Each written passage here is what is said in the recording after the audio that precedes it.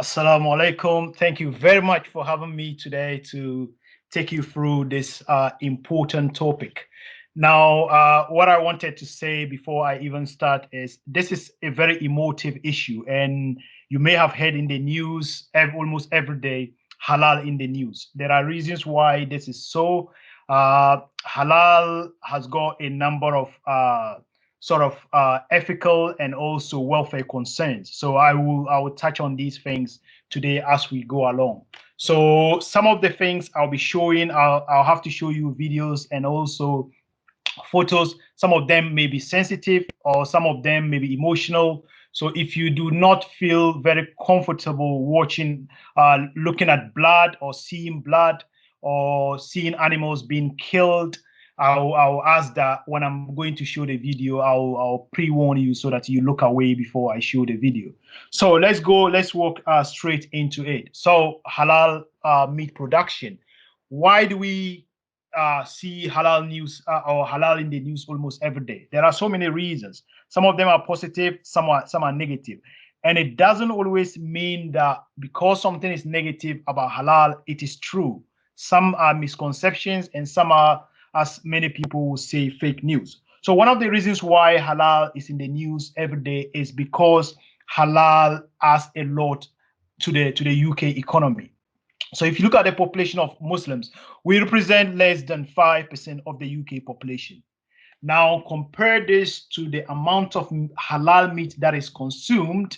The 5% consume over 20% of lamb that is slaughtered. Over 20%. Look at this, the way the numbers of animals that are slaughtered. Halal slaughter of lamb represent 71% of the total amount of animals that are killed in the UK.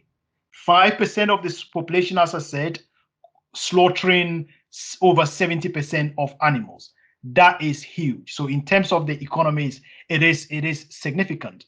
Chicken, for instance, millions of chicken are slaughtered every week in the UK. About 1 billion are slaughtered in a week, and halal slaughter represents 21% of that amount that is slaughtered. So it is economically significant. The other reason is that it has got welfare implications. We cannot hide from that. Killing of animals is an emotive issue. So there are some welfare issues associated with the slaughter, whether halal or conventional slaughter. So it's always important to highlight the welfare aspects of killing animals. It's a form of worship. The Quran, there are several verses of the Quran where we are urged to consume halal and tayyib. To make it halal, well, not every product will be halal. So it's got a significant sort of a religious significance. So we or practicing Muslims will say, okay, we are following the word of God. We are following the commandment of God to consume products that are halal and tayyib, or that are halal in some cases. Also, the other reason why halal is in the news is that there is a huge, well, not huge, but there is a strong voice against halal. So some of these groups, like Britain First, will come out and say halal is funding terrorism, and their explanation of that is that, you see, halal is controlled by what we call halal certification bodies. So the certifiers will have to charge a fee for that.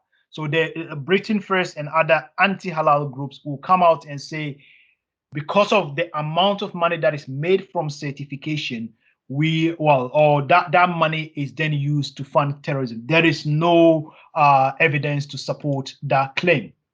So that is just the politics and the socials about halal. Let's look at the law. What does the law actually say? You may be wondering why I've got the European flag in there. We still follow the European Council regulation. That is the welfare of animals at the time of killing. So before you kill an animal, you have to do it in line with European laws. And the reason why we still do it is that because we export to Europe, and we still recognize their welfare rules as one of the best. So we are still operating according to this law. And that regulation is called EC 1099 2009. And what it stipulates when it comes to halal slaughter, it says in the case of animals subject to particular methods of slaughter prescribed by religious rites, so it describes halal and kosher or shikita. I'm sure you guys, everybody here knows what shikita means. Shikita is slaughter by our Jewish brothers. So shikita, so in the case of halal or shikita slaughter, the requirements of paragraph 1 shall not apply. So what it's telling us is that in paragraph 1, animals must be stunned before slaughter. Stunning, you may not be familiar with it, but it is a process that is carried out on an animal to induce unconsciousness before you cut the neck. So what it's saying is that if you are slaughtering for Muslims and Jews, you do not need to apply stunning, provided, it goes on to say, provided it takes place in a licensed abattoir, so in a slaughterhouse. So I was born in Ghana, and I grew up in Ghana, and I'm sure many of you may not have been born in the UK. And where we came from, you realize that we could kill animals at home. That is not the case in the UK. In the UK, it is illegal to kill any animal at home. Now, that is the European regulation. Let's look at the domestic or UK regulation. So it interprets the law, the EU law, and it says halal means, or killing according to religious rites. As I said, religious rites mean Jewish and Muslim slaughter, means killing without the infliction of unnecessary pain.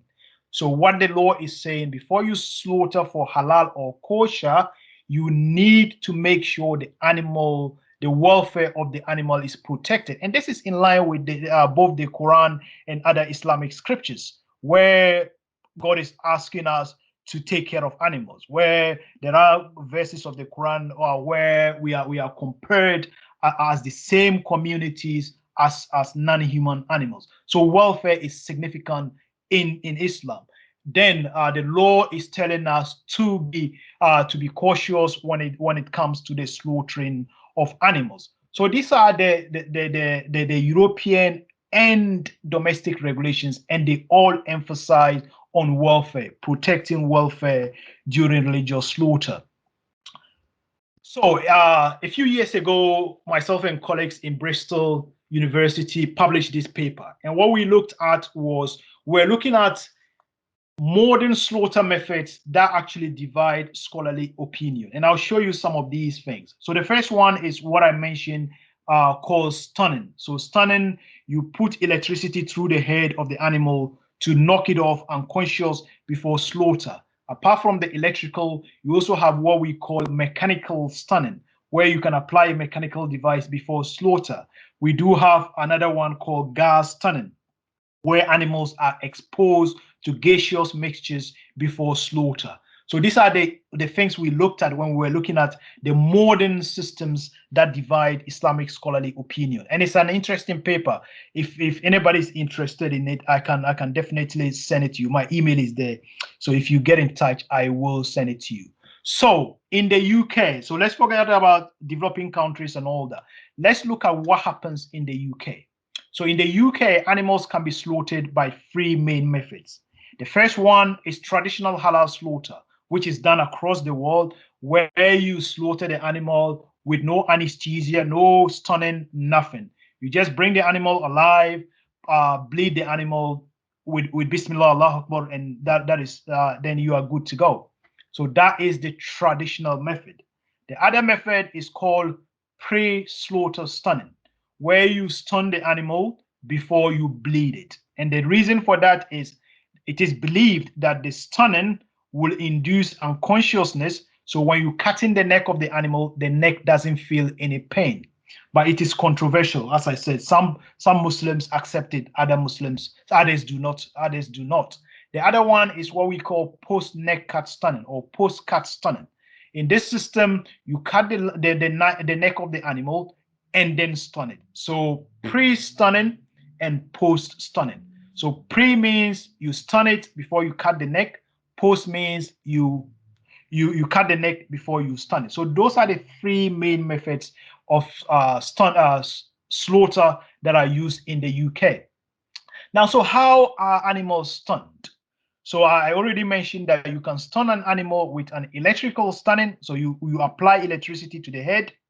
You can also stun animals by mechanical means. Or the last bit is you can stun them with a gaseous mixture or gas, expose them to gas to knock them unconscious before you slaughter them. So let's look at electrical stunning. How does it work? Can it kill the animal? And what do Islamic scholars think? So let's look at the first one. How does electrical stunning work? So the picture you're seeing on the screen is an animal being stunned. And what is attached to the head is what we call electrodes. So the an electrode is anything that applies electricity to something. So you apply electricity to the head, and what that does is when you apply it, you can see the brain of the animal on the screen. So the electricity will come into the brain and hit the brain. And the reason why this is done is that when the brain, my brain, your brain, and the brain of an animal is made up of 85 billion brain cells. These cells are called neurons. So if I'm conscious, if I'm a conscious human being, if I touch anything noxious, so for instance, if I use my hand to touch fire, message is sent through nerves to the brain to say, look, your hand is in danger. So to understand how stunning works, when the message is sent to the brain, the 85 billion cells I told you about, they communicate between each other. So one brain will send message to the other brain cells and say, look, we are in danger. Now, the communication is done through chemicals. So this brain cell communicates with that brain cell through the passage of chemicals. And these chemicals are called neurotransmitters. So the chemical is passed from one cell to the other. So that communication is what is keeping the animal conscious, aware of what is going around it. If you want to break this communication, you pass electricity through the brain to break that communication. And when you break that communication between brain cells, the animal become unaware of what is going on. So the animal cannot feel any pain. So if you are a human being and electricity is applied to your brain and you touch anything, you cannot feel the pain because that communication between the nerves and the brain will no longer take place. So you cannot feel pain. So that is the rationale for stunning. The other one is, can the stunning kill an animal? To answer this question, you should know that there are two methods of stunning. One is head only, where electricity is applied to only the head, or we also have head to body, where another electricity is applied to the body. So when you apply the electricity to the body, you are stopping the heart. You want to affect the heart. And when the heart stops, brain can no longer move between the heart. Blood can no longer move between the heart and the brain. So the animal is dead. So the animal can actually die if you stun it with what is called head to body stunning. But it will not die if you stun it with what is called head only stunning, because you don't stop the heart, you are only affecting the brain. And what do Islamic scholars think? So if you look at the major Muslim countries, they all accept electrical stunning on condition that it doesn't kill the animal. So electrical stunning, electrical head only stunning may be acceptable in some countries, but electric head to body stunning, because it stops the heart from functioning, many Muslim scholars do not accept it. So this is a sensitive one. I'm going to show you, I'm not sure whether it will work, a video of an animal being mechanically stunned.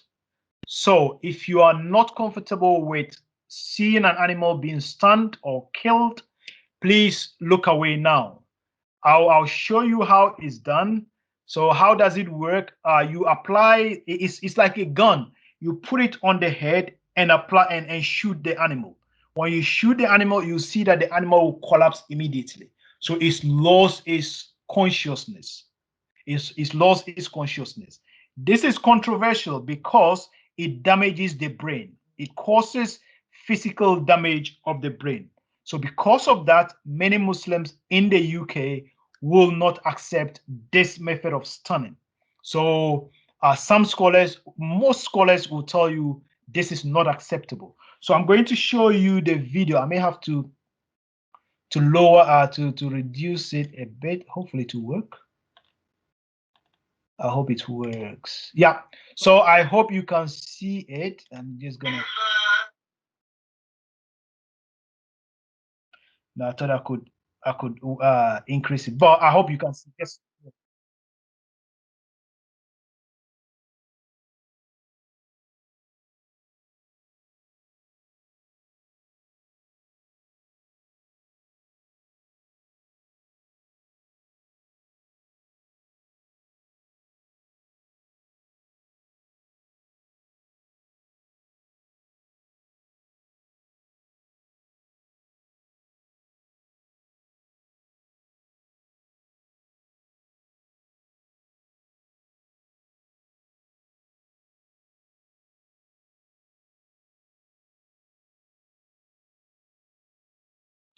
So that is how it's done. So you can see that the guy put the gun on the head and shoot it.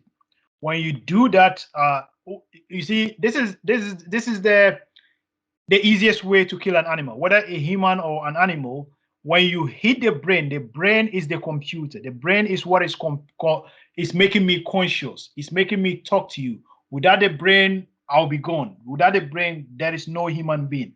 So the aim of that is to hit the brain to cause what is called physical disruption of the brain or concussion. You cause concussion to knock the animal unconscious. This was done in Turkey, but in the UK, many people will not accept it because many scholars believe that kills the animal instantaneously. So that is not halal. So another one is gas stunning. So you can see that in this chamber here, there are chicken in a container. Those chicken will be exposed to gas, mostly carbon dioxide gas, and those animals will be killed. In the UK, the majority of animals, birds, are killed this way, but many halal certifiers do not accept it. So for the non-halal market, chicken are exposed to gas to cause unconsciousness before they are bled, before their necks are cut. So as I said, what do scholars think? Many UK scholars will say it's not halal. So now let's look at how I've just discussed how animals are stunned. Let's look at how animals are bled, how you actually bleed the animals. There are two main methods. In the UK, animals can be bled with what we call a machine or mechanical bleeding, or it can be done by hand. And I want you to pay attention to this video. Also, it is graphic. So if you don't like watching animals being slaughtered, you may want to look away when I'm showing the video. The reason why I'm showing you this video is that it's not a normal way of slaughtering animals. It's what we call thoracic sticking. Now, this thoracic sticking in Islam is historically used to slaughter camels. You know, when the camel is in a standing position, you insert the knife into the chest and slaughter it. But it is also used in slaughtering cattle. But if you look at the science of it, this method of slaughter, where you insert a knife into the chest, is the most efficient way to kill an animal. Because when you do that, the animal loses blood so quickly that within 8 seconds, it loses brain function. But it is up to Islamic scholars to discuss whether it's acceptable or not. But I know it's used in Australia. It's very commonly used in Australia. Let me see if it will play. So if you don't like, if you wouldn't be happy to see an animal being slaughtered, please look away now. But it's important that I show you some of these techniques that are available to slaughter animals.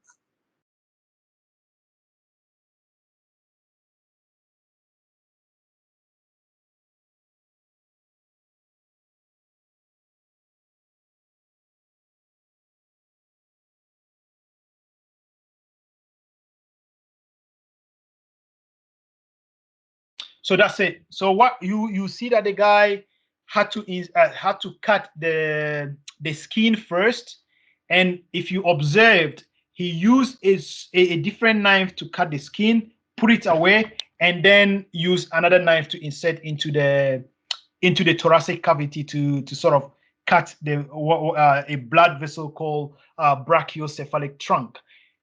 The reason why he used two different knives is that when you open the skin with one knife, that skin can contaminate the knife. So it's for hygiene reasons. So you put it away and use a clean knife to cut the blood vessel. And this another one is mechanical slaughter, where no human being is involved. The animal goes through a machine to be slaughtered.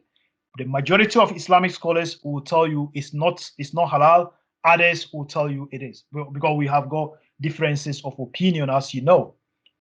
So this is another paper we published in 2017, I believe, looking at Islamic scholars' view about slaughter methods. So I was involved in it, and I traveled around the UK to interview different Islamic scholars. And we just wanted to know whether they accept stunning, whether they will approve stunning, whether they will approve, that slaughter method where you insert the knife in, we call it thoracic sticking, whether those scholars will approve thoracic sticking, and whether they will approve machine slaughter. So a process where the animal is slaughtered not by a human being, by a machine. Some Muslims do have what we call backup slaughtermen. So there is a Muslim around the machine reciting the tasmiyah as the machine is killing the birds.